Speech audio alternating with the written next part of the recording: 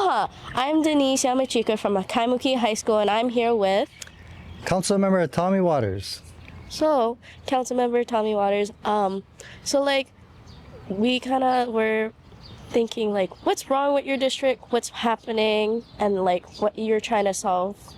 So I'm the council member for East Honolulu, which is from Hawaii Kai to Waikiki. But as council chair, I actually represent the entire island. So a couple of things that we're really worried about, not just in my district, but on the whole island, is affordable housing and cost of living issues.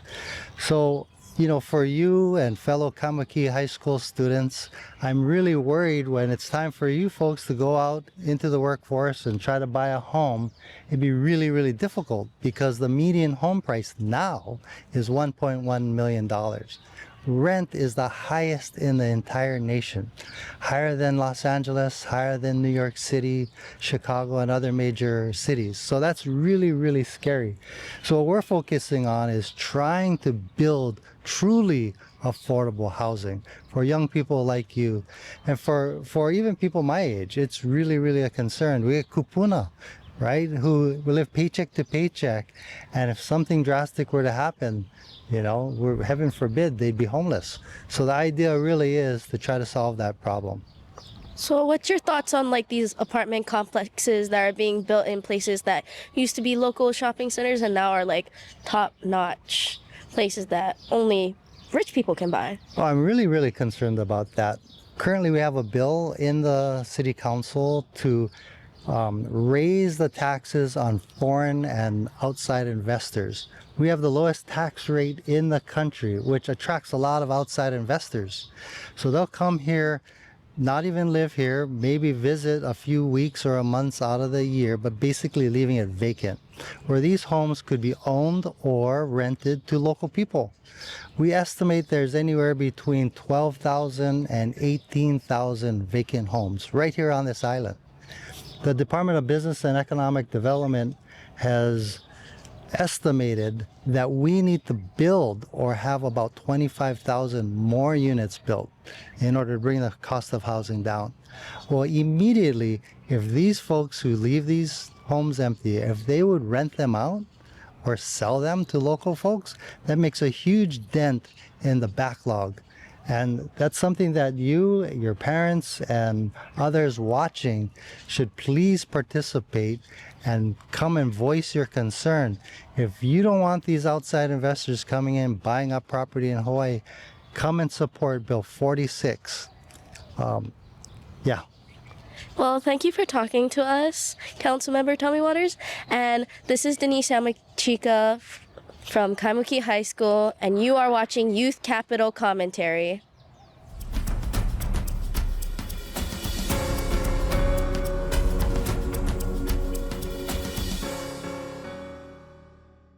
Aloha, my name is Ben Murdoch Jr. and from Kaimuki High School, and today I'm here with... Hi, my name is Adrian Tam. I have the distinct pleasure and honor of representing Waikiki and Mo'iliili at the Hawaii State House of Representatives. And I also chair the House Committee on Tourism. So I have a question. So from Waikiki side, Yeah. I heard that they are building a bridge over Waikiki to Alawai. How is that going to work for the community and the island, sir? I think when we look at this bridge, we have to ensure that it serves the public, but also be environmentally conscious. This issue has been going on for a very long time, and there are opposing sides on both sides, and they both make some very compelling arguments. Ultimately, the decision is up to the city and county as well as the federal government, and us at the state can only help facilitate any kind of disagreements between both sides. So for your district, Waikiki and Macaulay and Mo'iliili, Yeah. what is your main goal? What is the problems that you are trying to achieve and fix? One of the biggest problems that we have is noise. It really affects our quality of life, and it's also public health. You talk about something that really affects everyone. You have to wake up and go to school every day. How would you feel if someone wakes you up with a motorcycle at 1 a.m. in the morning? Not too good, sir. Right? So, that's how a lot of my constituents feel. they want to wake up and go to work refreshed and go to school refreshed, and they can't do that. So we're working on noise bills. We also care about housing costs. So we are working on housing bills, homelessness bills, houselessness bills. We want to make sure that they are taken care of and they have a fresh start. So for us Ohana, as people, how can we help you for your districts? I think the best thing you can do is get involved. Tell us how you feel so that we can make decisions that better reflect what you want and what's best for your family. Thank you for your time, sir. Once again, my name is Ben Murdoch Jr. from Kaimuki High School, here with Representative Adrian Tam, and thank you for watching Youth Capital Commentary.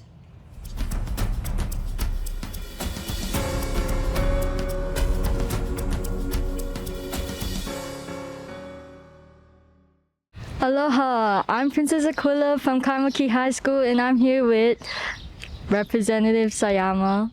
How are you doing? I'm doing well today. Thank you, Princess. It's a pleasure to be with you today. So, can you tell me more about your job and what you do?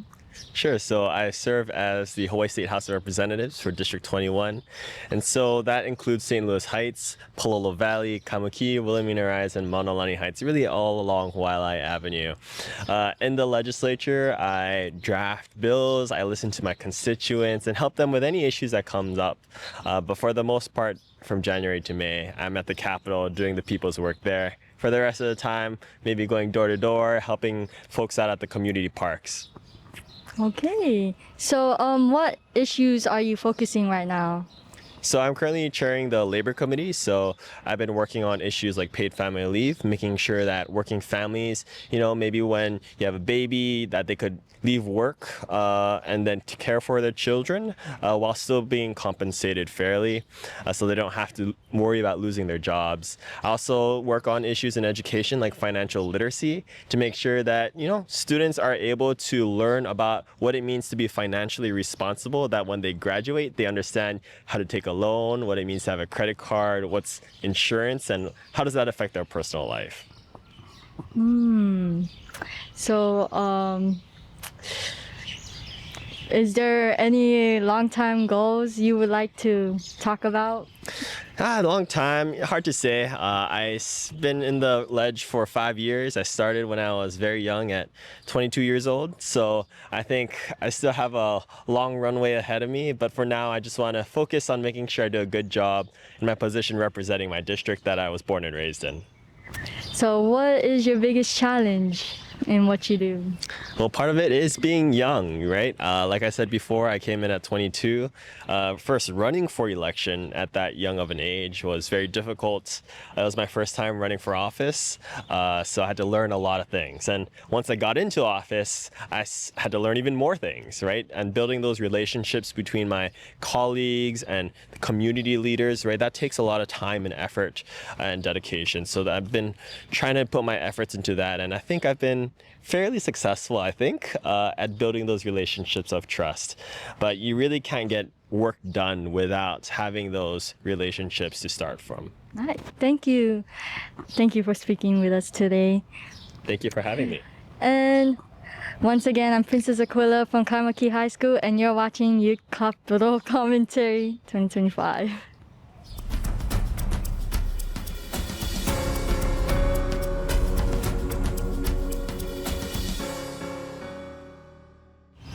Aloha, I am Denise Yamachika from Kaimuki High School, and I'm here with Tyler Dos Santos Tam, City Council Member.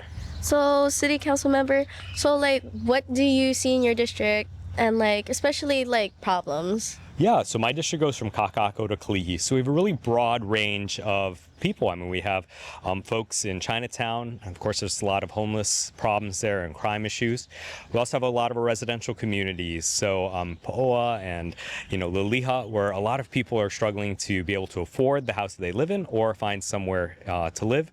Same goes for Kalihi Valley. And then in all of these communities, we're seeing the same problems of crime. We're seeing a lot of the same problems of just the impacts of inflation and just trying to get by. So there's a lot of things for us to be working on. So like, what's your biggest goal to solve for these problems, especially since it's like in your district? Yeah, so a few things.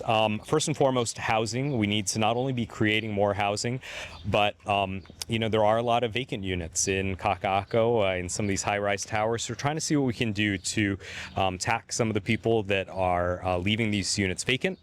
In addition, we do need to be creating more housing units. We haven't done a very good job of that over the past several years.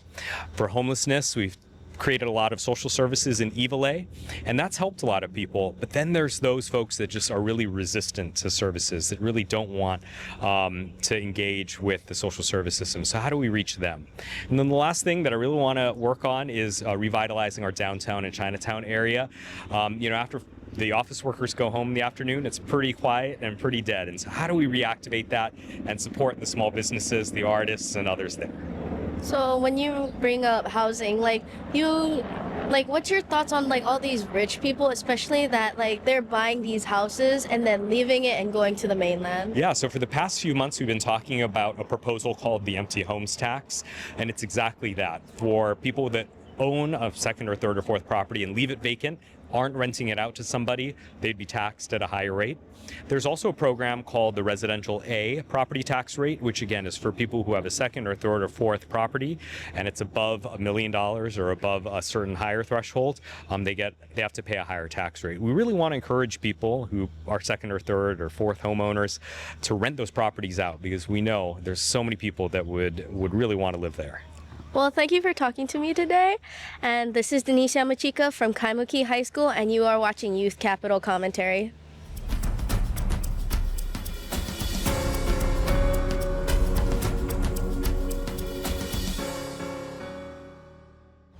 Hi, I am Denise Yamachika from Kaimuki High School, and I'm here with Principal Iwohi, who was elected for Principal of the Year. So, Principal Iwohi, what kind of made you want to be a principal?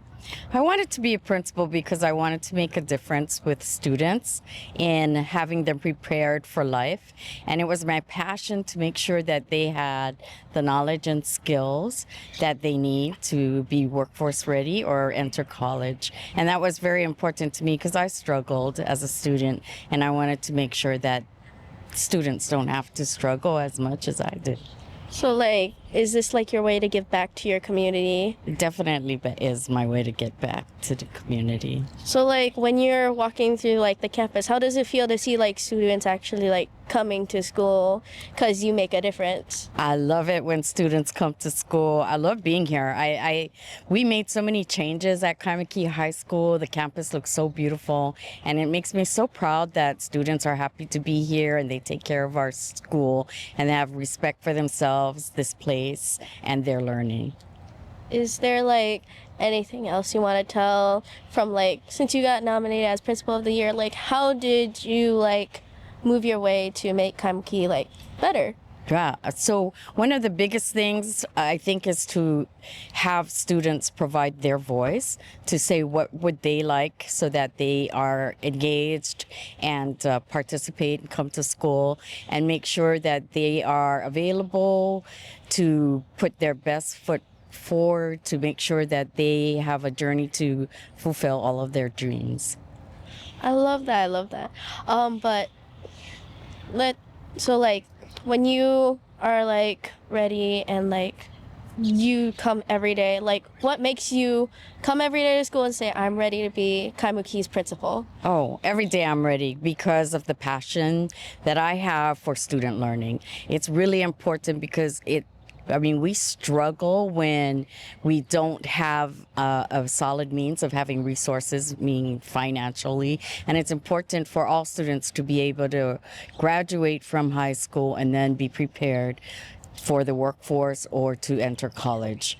Well, thank you for talking to me, Principal Iwohi. This is Denise Yamachika from Kaimuki High School, and you are watching Youth Capital Commentary.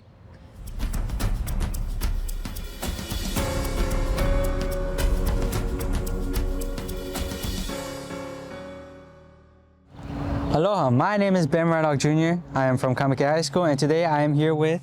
And Chip Chase. Nice to meet you, ma'am. Nice to meet you. So I would like to know, would you please explain again, what do you do for your job? I work for Hawaii Disability Rights Center, where I am an advocate.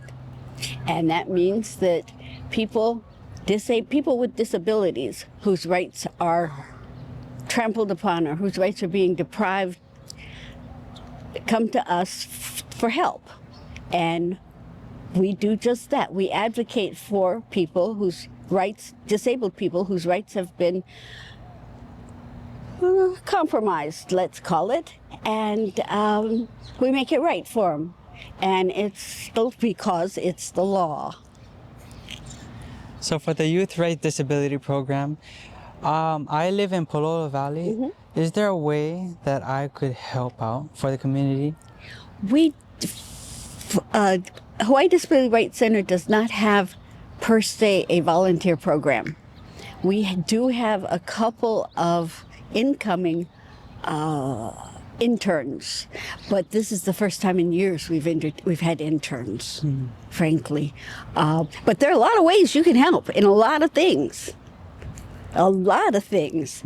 You know about HCAP, because HCAP, there is a HCAP office in Pololo Valley. Yes. And you can help in HCAP. I happen to be on the board of HCAP. And there's all kinds of other things. You really want to get into it? We can get you. Now for the community and the Ohana, how can I give away where I can show that I want people to focus on the Youth Right Disability Program? Easter Seals is a really big one that deal with children predominantly with intellectual or developmental disabilities, and they always need volunteers. Same thing with Goodwill. They deal with adults predominantly, but also adults who are disabled in one way or another, frequently with intellectual or developmental disabilities. Salvation Army, again.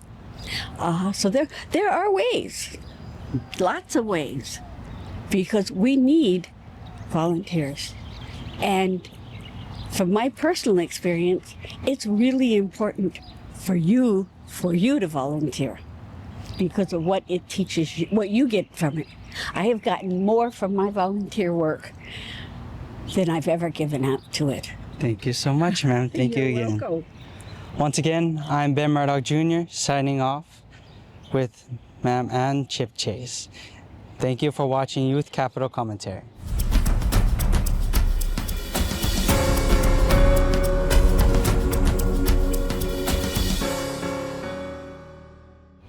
Aloha, I am Denise Yamachika from Kaimuki High School, and I'm here with Martha Clopin. So Martha, tell me about yourself and what you do for your community. Well, first of all, thank you so much for having me here.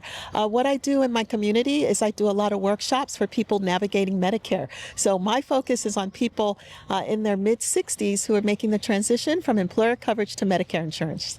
So what kind of made you start helping these people with Medicare? Well, it was my own mom. My mom worked until she was in her 70s. And then one day she says, Martha, I need help with Medicare. And I said, Mom, Medicare's free. And she said, I don't think so. So I started learning about it and I realized it's not free. There's a lot of complexities that you have to navigate. So I helped her and now I help other people. So when you help other people with their Medicare, do you see every output of what they would need? Yes, I have to ask them questions that they never even thought about, like who their doctors are, what medications they'll be taking, because under Medicare insurance, it works differently than employer coverage. So they do need a lot of hand-holding and a lot of guidance. So when you're out in your community, do you see these people every day struggling just to get Medicare? Well, actually, it is true. I do see them struggling because the way you start the process is you have to work with Social Security Administration. And sometimes you need to actually be able to go online and get information. And sometimes our kapuna in their mid-60s and older, maybe they didn't grow up with the technology that younger folks did. So they need help navigating even just how to use the technology.